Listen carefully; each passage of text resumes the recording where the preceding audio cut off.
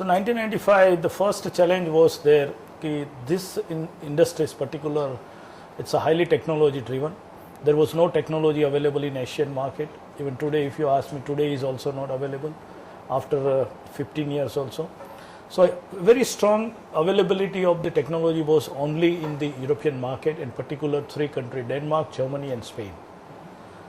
Those market has developed the technology for the wind turbine and commercialize. So the first challenge was how to get the access of the technology, and that's why very important to find out the technology partner, and we have identified in Germany and to bring. The second challenge was started, if you want to become a competitive in domestic market. At that time when we entered in 1995, the market was collapse.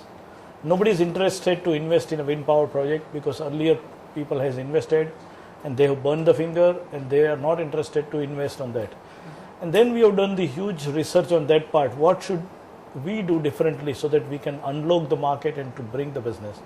The key area was that we identified that there was no service provider and no end-to-end solution provider in Indian market. That is the missing piece was there. So we bring that strategy piece. Okay, we go with this business model and bring that things, and that is the most successful today, and that's why we are holding more than 10 years. It's more than 60% market share in Indian market, and nearly 50% countries installed base we have built in Indian market. So that is the part of the second thing. The second part was the challenge was the talent, because expertise of those product and to deal with the technology, it is a huge challenge was to grow them and educate them, because the general education is available, but specifically for the renewable technology and the manufacturing projects and service. So we have transferred a lot of knowledge from Germany to India, and truly we can say it's truly the transfer of technology. It's not just on paper, but it's in the people. And then that bunch of people team has further developed another engineers and managers, and today Suzlon is enjoying the global positions. True. So it's actually a full circle. You acquired then, the R&D from a German company. Yes. And then you went ahead and acquired Repower. So yes. It's sort of a full circle. Yeah. Today, even also our technology base 3 R&D centers we have in Germany, okay. Because we strongly believe the Germany is the pioneer in developing the technology.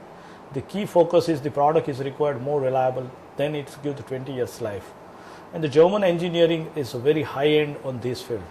And that's why we have put all our R&D centers there. And part of our strategic growth, we have acquired the Repower, who can complementary strength for the next level of the growth, which is coming in the European market, in offshore market, where they have a high-end technology of the offshore technology, 5 megawatt and 6 megawatt, so that we can leverage that. And we strongly believe rich experience in the Germany is available, because they have installed 24,000 megawatt in the Germany in the small geographic area. So each and every value chains, huge knowledge is available. So I have to capture that and to commercialize fast in the country like India, so that I can leverage that and to become a more growth oriented. So it's basically German technology at Indian cost. Absolutely. But now our mission is very clear, the German technology with Chinese cost. Oh really? So could you tell us more on that? So China is going to play a greater role going forward in case of Suzlon, is it? The China, for our sector point of view, I can say now the epicenter of our industries had moved from the European market to the Chinese market, because the China is the more polluted country is there, because the largest CO2 emissions is coming from the China. So they have to go in a more mandate on that. Not only that, the requirement of the energy going forward is very high, and second is that they have a large geography, and because of there is a huge market potentiality is there compared to India also in China. Maybe compared to India in a renewable field, 4 to 5 times China's market will be larger.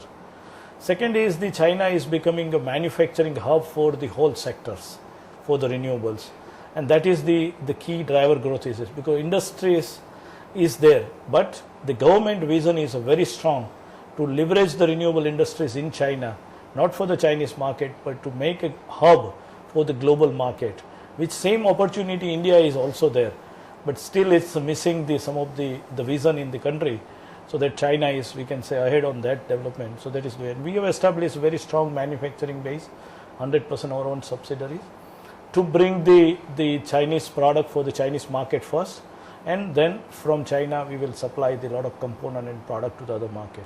Okay. But still we can achieve better cost in China compared to India, and if so, why? The things are very clear is the how Chinese company calculates the cost and how Indian company calculate the cost is a huge difference is there. We follow the global best practice. They are following the Chinese best practice. So that is a basic difference is there. When we are calculating the cost, always we amortize our capex and other costs. They never do like that. So because of that, the raw materials, whatever available for the manufacturing is cheaper than India. So that is the basic difference is there. You will be surprised. Iron ore is going from India to there, but steel is cheaper in China compared to India. So that's the things, because they are not calculating the certain cost. And they believe is that volume is important, and to create a job to the country, it's important rather than capex amortizations. The same is coming out in the power sector. They are using a huge coal and the low cost of the energy production. So the energy cost is lower. Right? The capex it's there, but they are not calculating in cost. And third is a large volumes. They'll not like the 100,000 or other thing, but it goes on a million and million levels. So that is the economy of the scale benefit. So that's they are bringing, and they are providing a good comfort and supports to the industries, so that they can bring the lot of talent, expertise, technology, and use as a China as their factory. So that's becoming the good part of the Chinese government strategy.